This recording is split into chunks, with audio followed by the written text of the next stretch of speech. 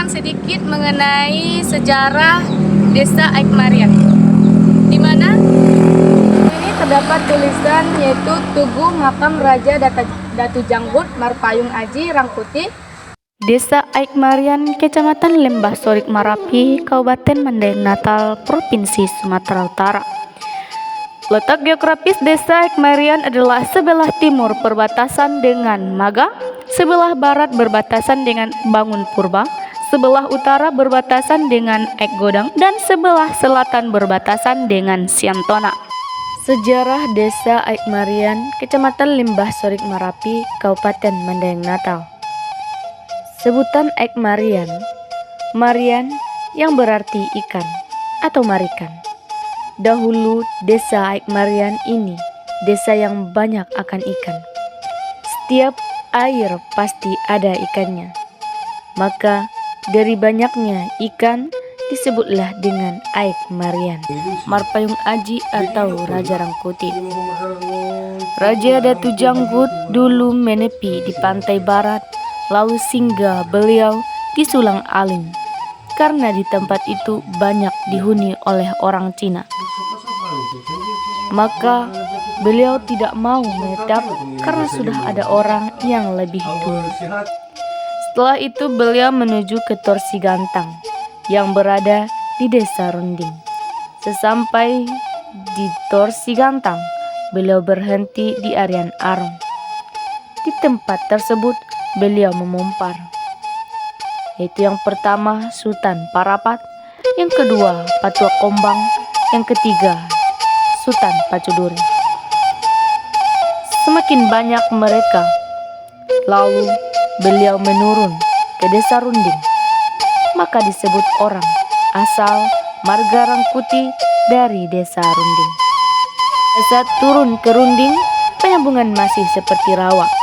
Semakin banyak mereka di Runding, sebagian berpencar ke Danau Sombon, lalu ke Gunung Baringin, sebagian lagi ke Jembatan Merah, dan ada juga yang ke Batang Natal. Sebagian lain ke Aikmarian, yaitu Raja Datu Janggut Marpayung Aji. Beliau terkenal bukan karena usianya yang tua, tetapi dia terkenal karena kesaktiannya. Tugu harimau yang ada di Desa Aikmarian adalah sebagai lambang marga Rangkuti. Karena dalam sejarah marga Rangkuti memakai harimau, yaitu ada harimau putih, harimau kumbang atau hitam, harimau biasa, dan memakai pakaian gajah putih. Setelah lama berbincang dengan tokoh adat yang ada di Desa Aikmarian, yaitu Ompong Aspan, kami diarahkan menuju ke tempat pemakaman Raja Datu Janggut.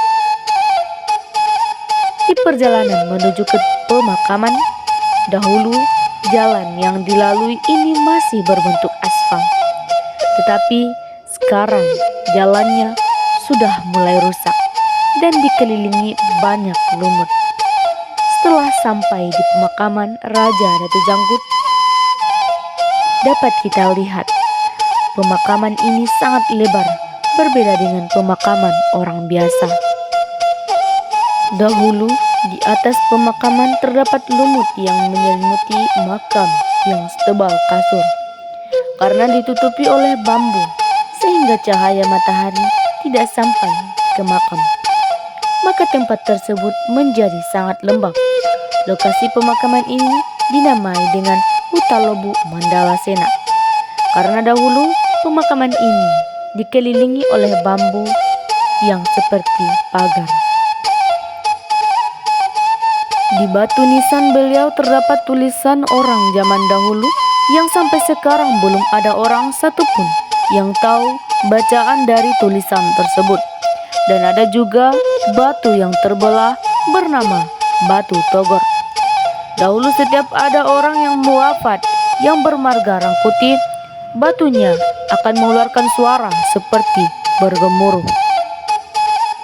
Setelah selesai dari pemakaman, kami menuju lokasi Sumur Naga yang orang dulu menganggap tempat ini sebagai tempat pengobatan. Kemudian kami diarahkan ke tempat pemandian putri raja yang bernama Janggeas.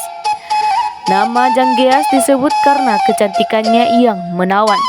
Dahulu, Putri Janggeas menumbuk dedaunan di atas batu untuk berpangir atau mandi. Dan di sebelah pemandian Janggeas terletak juga pemandian Raja Datu Janggut. Di sini terdapat lengkungan batu seperti yang dapat kita lihat. Lengkungan batu tersebut adalah bekas penggosokan punggung Raja Datu Janggut. Desa Aikmarian memiliki aspek perekonomian berupa pertanian dan perkebunan. Desa ini memiliki 75% petani dan selebihnya pekerja formal, yaitu seperti guru, PNS, tenaga medis, honorer, TNI atau Polri, dan lain sebagainya, atau pekerja non-formal seperti buruh, bangunan, pedagang, dan lain sebagainya.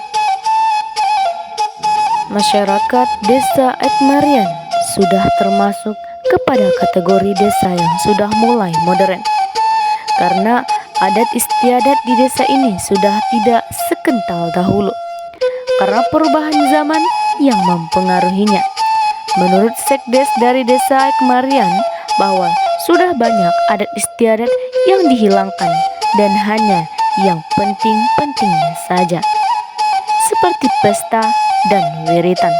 Tetapi perkumpulan anak muda atau NNB dan Hatu Bangun atau yang dituakan di Desa Aikmarian ini masih dijalankan sebagaimana mestinya, dan aturan-aturan masih dipatuhi.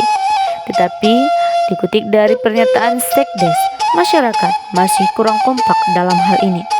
Infrastruktur di desa ini seperti fasilitas pembangunan jalan masih belum merata, tetapi bantuan sosial seperti PKH, BLT, dan bantuan sosial lainnya berjalan sebagaimana mestinya. Dan desa ini aktif dalam kegiatan sosial. Menurut Sekdes, keseluruhan warga yang mendapat bantuan sekitar 70 rumah tangga dan lainnya mendapat bantuan dari desa. Aikmarian satu kepala desa dengan batu godang, dan data sekolah di Aikmarian mencakup 2 SD, 1 SMK, dan 1 MDA. Dan desa ini diperangkati oleh kepala desa, sekretaris desa, bendahara desa, dan perangkat desa yang lainnya seperti BPD dan lain sebagainya.